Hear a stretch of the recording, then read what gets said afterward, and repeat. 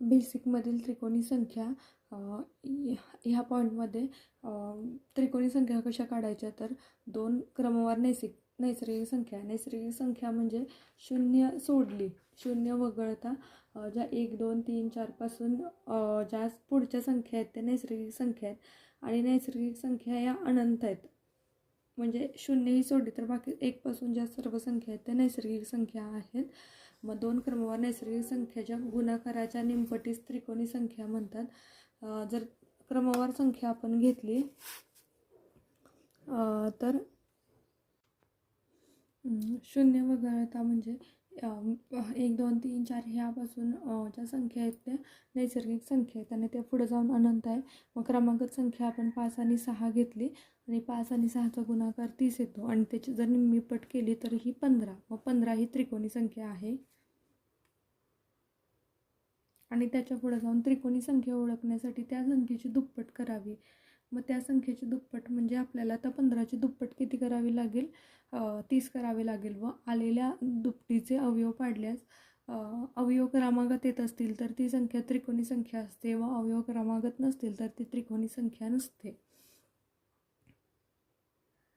मग आपण 15ची त्रिकोणी संख्या आहे का बघूया. 15ची दुप्पट आपण केली 30 आणि 30चे अवयव पाडले तर 30 गुणिले 1 बरोबर 30, बरोबर 30.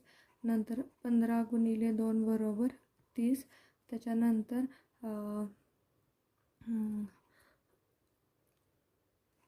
5 गुणिले 6 बरोबर 30. 6 पंचे 30. मग 6 पंचे 30 ह्या दोन्ही क्रमागत येते म्हणजे 5 नंतर 6 हे क्रमागत येते. मग ही आहे ना 15 ही त्रिकोणी संख्या आहे कारण ती दुप्पट करून तिचे अवयव पडल्यानंतर क्रमागत यावे लागतात तर ते आहे.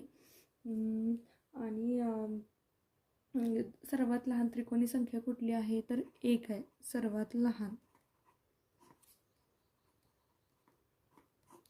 कारण 0 तर नाही. मग सर्वात लहान 1 आहे आणि 1 ते 100 पर्यंतच्या एकूण त्रिकोणी संख्या आहेत 13.